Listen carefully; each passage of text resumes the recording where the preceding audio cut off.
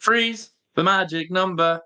That's right, people. We're here for some England international content, including Aston Villa, as we look at the players who have been selected for Thomas Tuchel's England squad for the first time as England manager, going into our first international break of the calendar year in 2025.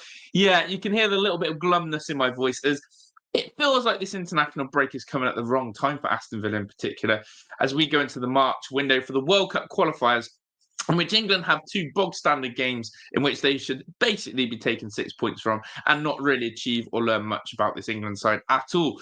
However, though, Aston Villa do have representation, and that's what makes the England break a little bit more bearable for us. And I don't know if you're the same here, but are you one of those fans now who watches England because they have an Aston Villa player in them? Long are the days where Villa had no players, and we had to basically beg for Jack Grealish to be included in the England squad. And it took a while for him to be included. Even in the Championship when he was flourishing, even when we got promoted, it took a while. But now it is some stable household names now in that England squad for me. And I'm really proud to see that representation. So before we get into this video, make sure you smash a like, subscribe to the channel if you are new, and get in the comment section yourself. Let me know, first of all, your thoughts on that Villa players being included. Do you think anyone missed out who could have been in it? And we'll talk about a few names in particular. And then, of course, as well, what do you think of England at the moment? Are you someone who's excited for this international break? Or are you someone who's sat here going, just give me the Villa? So, as I said, it feels like this has come at the wrong time. Villa, back-to-back clean sheets, a win in the Champions League, a massive win, and a massive win away at Brentford. Things starting to look good. The squad gets stronger, and bosh, international break comes. And while Thomas Tuchel has been to a few Villa games of recent times and casted his eye over them, and as you guys are probably aware, and as from the title, 3 players got included in Morgan Rogers, Ezri Konsa, and Marcus Rashford. Now, I think the big talking point, of course, is the Marcus Rashford inclusion, especially for people probably outside of Villa who are very surprised to see that.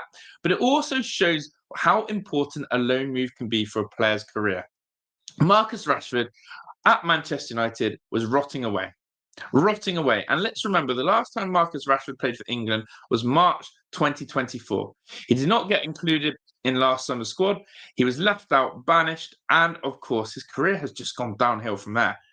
Rashford probably could have wasted his time at Manchester United for another half a season and tried to wait for a summer transfer move. But instead, he's taken the plunge. He took this loan move to Villa, and it has worked out absolutely brilliant for him. Absolutely brilliant for him.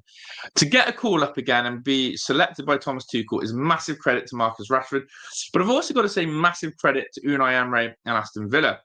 Let's just remember, Rashford hasn't exactly started every game at Aston Villa yet this season, where he's found himself on the bench a couple of times and having to come on and make a huge impact. And I think that, again, just shows the magnitude of what this player has and how Thomas Tuchel views him. Because, as I said, his minutes haven't always been exactly 90.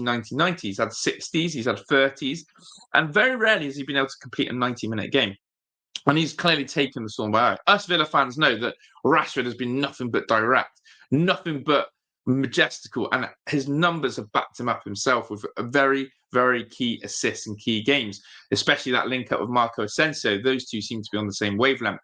But what I like about it is that this move, for me, just again justifies why top players, if they're not playing football, go get a move elsewhere where you're going to play week in, week out, where you're going to be happy. So congratulations to Marcus Rashford. We'll absolutely be cheering him on. Whether he breaks into the starting lineup, who knows for England. But the key point for me is that he's back in amongst the England squad. That's going to do his confidence a load of good.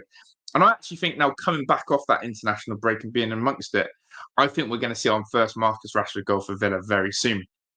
So well done to Marcus. Morgan Rogers. Well, he obviously got his first call up in November in the last international break and made his debut. And he was seen as a bit of a squad player. For me, no word of a lie, Morgan Rogers, for me, should be starting for this England squad. There's no Phil Foden in this squad either, I believe. I believe there is a massive calling for Morgan Rogers to be starting for England in this March international window. I'd love to know your thoughts and feelings on that one. Do you agree with me? Do you think Morgan Rogers is now good enough, has showcased himself enough to be a starter in this England side? A little side note to Morgan Rogers as well is that since the arrival of Marco Asensio, he's had to adapt. He's had to play wide right. He's had to play as a false 9 sometimes. And when Asensio's been on the bench, he's got to play in his favourite position, the 10. Whether Thomas Tuchel has seen that and seen a player in Morgan Rogers who's very flexible, very versatile, can play in numerous positions across that front four, maybe that's something that Tuchel will look at and see him as that player who can do a job for him anywhere. But as I've always said, Rogers flourishes in the 10 role. Can England find a place for him? Can they start building this England team around Morgan Rogers? And that's a big shout, I know, but it's something I truly believe should happen. So congratulations to Morgan Rogers, second call up. And then finally, Ezri Konsa. What I would probably say now is one of the most stable household names in that England defence. You talk about chopping and changing, the likes of Maguire in the Stones era slowly starting to turn over, the same as Kyle Walker. You know, those were names that every England squad you knew would be in it. However, you're now seeing that new birth of defenders coming in. The likes of Dan Burn and Lewis Skelly obviously getting their first call up. But Ezri Konsa has now remained, I think, in the last 4 or 5 England squads, and rightly so. Ezri Konsa once again has proven as that versatile player who could play as a right back or anywhere in the centre-half positions. And for me, can play in a back three. Ezri Konsa is an absolute gem for Thomas Tuchel, especially if Tuchel wants to play a back three, and he will be absolutely flourishing that defence. I also expect Ezri Konsa to be a regular starter in this England lineup now, just like Morgan Rogers. And I think, again, Ezri will be really happy, again, with a solid season that he's had, that he still gets that recognition. So, 3 massive players for Villa, all getting England recognition, can only do us a world of good, in my opinion, can only elevate their confidence, can learn under a new manager a few other things, and bring it back to Villa and absolutely flourish. The only thing we say is, please don't get injured. That's all we're asking. It's probably especially you, Ezri Konsa. Please don't get injured. We've already had a bit of a crisis at the back. We don't need to restart that all again, come back off this international break.